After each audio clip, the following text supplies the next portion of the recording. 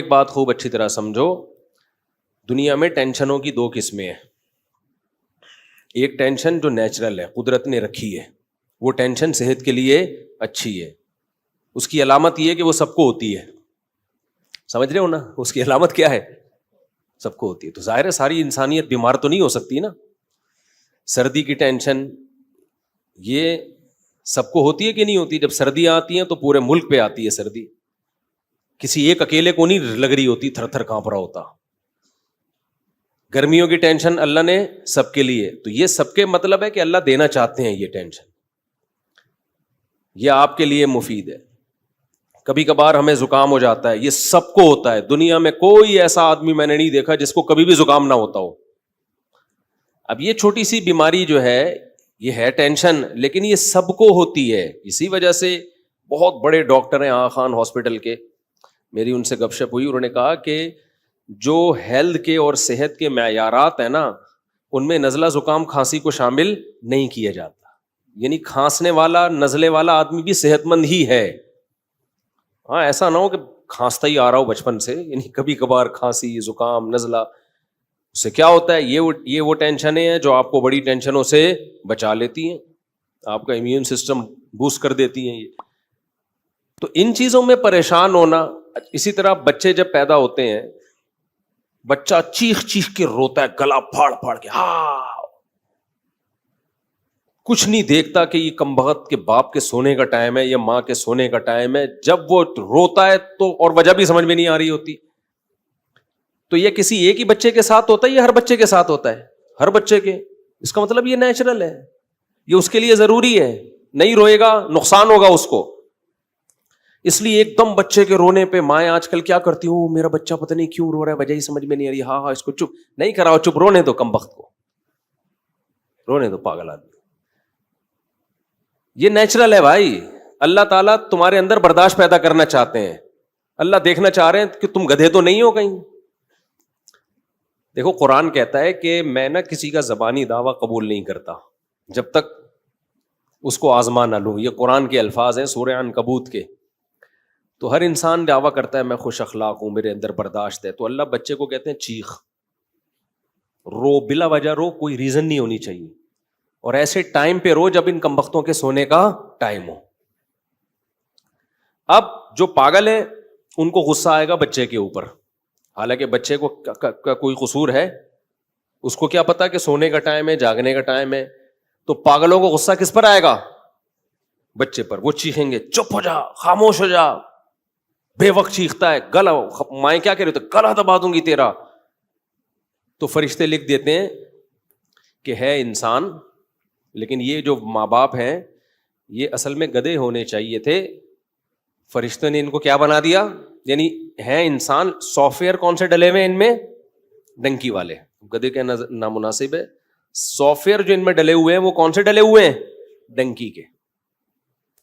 اس لیے یہ بہت بہترین معیار ہے کسی کے اخلاق کو جانچنے کا کہ بچے پہ اس کو غصہ آ رہا ہے کہ نہیں آ رہا. اگر بچے پہ آ رہا ہے نا، جو ناسمجھ بچہ ہے، اس پہ غصہ آنا اس کی علامت ہے کہ آپ ادھر سے آؤٹ ہیں. بالغ پہ غصہ آنا بنتا ہے کیونکہ وہ جو کر رہا ہے جان کے کر رہا ہے، غلط کر رہا ہے. وہ بچے کو کیا پتا بھائی صحیح کیا ہے اور غلط کیا ہے. تو بچے پہ کیوں غصہ آ رہا ہے آپ کو؟ اس کا مطلب آپ اوپر سے فارغ ہیں. آپ کو تکلیف ہونا ایک الگ بات ہے. تکلیف ہوتی ہے کہ بھائی نیند خراب ہو رہی ہے، صبح آفس جانا ہے، دفتر جانا ہے، چلو سمجھ میں آ رہا ہے. غصہ کس بات پہ آ رہا ہے؟ بچے پہ. اس میں تھوڑی اتنی سینس ہے. تو بچے کا رونا یہ نیچرل ہے، سمجھتے ہو؟ ہاں کوئی تکلیف ہو رہی ہے یا بہت زیادہ ہی روئے چلا جا رہا ہے تو ایک الگ بات ہے، لیکن صرف رونے پر پریشان ہونا یہ بیوقوفی ہے. اسی طرح بچوں کو موشن لگنا یہ بھی کیا ہے؟ بولتے کیوں نہیں؟ نیچرل ہے. سب بچوں کو موشن لگتے ہیں. قدرت نے ان کے پیٹ کی صفائی کا یہ سسٹم بنایا ہوا ہے. تو ایک دم پاگل ہو جانا، بچے کو موشن لگ گئے، پاگلوں کی طرح چیخنا، یہ اس کی علامت ہے کہ موشن آپ کو لگنے چاہیے تھے، اصل میں غلطی سے اس کو لگ گئے. ہاں اس میں یہ ہے کہ جو سمجھدار ڈاکٹر ہیں وہ یہی کہتے ہیں، جو چائلڈ اسپیشلسٹ ہیں، کہ ہو گئے کوئی بات نہیں، اتنی جلدی اس کو اینٹی بایوٹک کی ضرورت نہیں ہے، اتنی جلدی سیریس لینے کی ضرورت نہیں ہے. اور یہ نیچرل ہے، ہر بچے کو موشن لگتے ہیں، یہ نیچرل ہے بچوں میں. تو ہاں بہت زیادہ نہ ہو جائیں, اور وہ جو ڈاکٹر احتیاطی تدبیریں بتاتے ہیں وہ کرتے رہیں آپ, ORS وغیرہ. میں ڈاکٹر نہیں ہوں, کہیں کسی بچے کو 3 دن سے موشن لگے ہوئے آپ نے اور لگا دیے, اس کا مادہ فاسدہ سارا ہی نکل گیا. وہ حکیم صاحب کا قصہ سناتا ہوں نا میں, کہ مادہ فاسدہ حکیم صاحب نے کہا اس کا نکالو. ایک حکیم صاحب ہر ایک کو موشن کی دوا دیتے تھے. تو عطائی حکیم نا, جعلی حکیم ہوتے ہیں.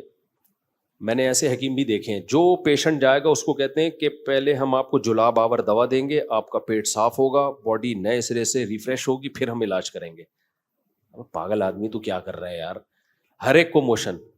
تو اسی طرح ایک حکیم صاحب ہر ایک کو موشن کی دوا دیا کرتے تھے کہ پہلے مادہ فاسدہ نکلے گا, جو فاسد مادہ ہے نا وہ نکلے گا, پھر ہم علاج کریں گے.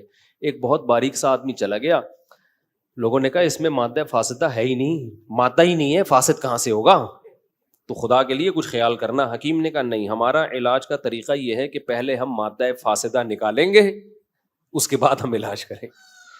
اس کو جلاب آور دوا دے دی, اس کا مادہ فاسدہ نکلنا شروع ہو گیا. حکیم کو لوگوں نے بلایا, بھائی یہ مر رہا ہے. حکیم نے کہا مادہ فاسدہ ہے, جتنا نکلے اتنا اچھا. یہ بالکل ایسا ہی ہے جیسے ہجامہ کر کر کے نا, جو ہجامے والے اناڑی کہتے ہیں فاسد خون ہے, جتنا نکلے اتنا اچھا. او بھائی یہ غلط بات ہے. یہ ہجامہ والے بھی ایسے ہی کھینچ کھینچ کے خون نکال رہے ہیں, اور اس پہ سنت کا لیبل لگا دیتے ہیں, پھر اتنا خون نکال دیتے ہیں. جب ان سے بولو کیا کر رہے ہو, کہہ رہے ہیں یہ فاسد خون ہے, فاسد خون ہے. او بھائی جان خون ہے, یہ بلڈ ہے, یہ وہی بلڈ ہے جو رگوں میں دوڑ رہا ہے. چکر آئیں گے, آدمی مر جائے گا, اتنا زیادہ نہیں کرو. جو کیا یار, یہ ایک مستقل ٹاپک ہے. ہر شخص پاکستان میں ہر فیلڈ میں ماہر ہے, اور جب تک کسی چیز میں پورا غلو نہیں ہوتا نا, اس وقت تک منجن بکتا نہیں ہے. ہجامہ والوں کو دیکھ لو, ہر بیماری کا علاج کس میں بتایا ہوا ہے, ہجامہ میں. آپ بتاؤ, لوگ آپ پر اعتماد کریں نہ کریں ان کا ہیڈک ہے, اس پہ لیبل لگا دیتے ہیں قرآن و سنت کا. تو اسلام کو بدنام کر رہے ہو آپ. ہر چیز ہجامہ, ہر چیز. بھائی ایسا ہی اگر ہوتا تو یہ ڈاکٹر پاگل ہیں, بڑی بڑی یونیورسٹیاں بنی ہوئی ہیں, پورا میڈیکل سائنس کا ایک علم ہے, صدیوں سے لوگ اس میں ترقی کرتے کرتے آج ایک عروج پہ پہنچے ہیں. وہ سارے منجن بیچ رہے ہیں. ان سب کو چاہیے کلینک بند کر کے بس سرنج لے لے کے خون چوستے رہے لوگوں کا. تو ایسا کچھ بھی نہیں ہے. تو میں ہر طبقے سے ملتا ہوں, جتنے پھینکو پاکستان میں, قسم اٹھا کے کہہ سکتا ہوں, جتنے پھینکو آپ کو پاکستان میں ملیں گے, پوری دنیا میں اتنے بڑے بڑے پھینکو کہیں بھی نہیں ہے. خیر کیا کریں اب, کہاں وہ مادہ فاسدہ نکال کے پھر ہم بیان شروع کرتے ہیں.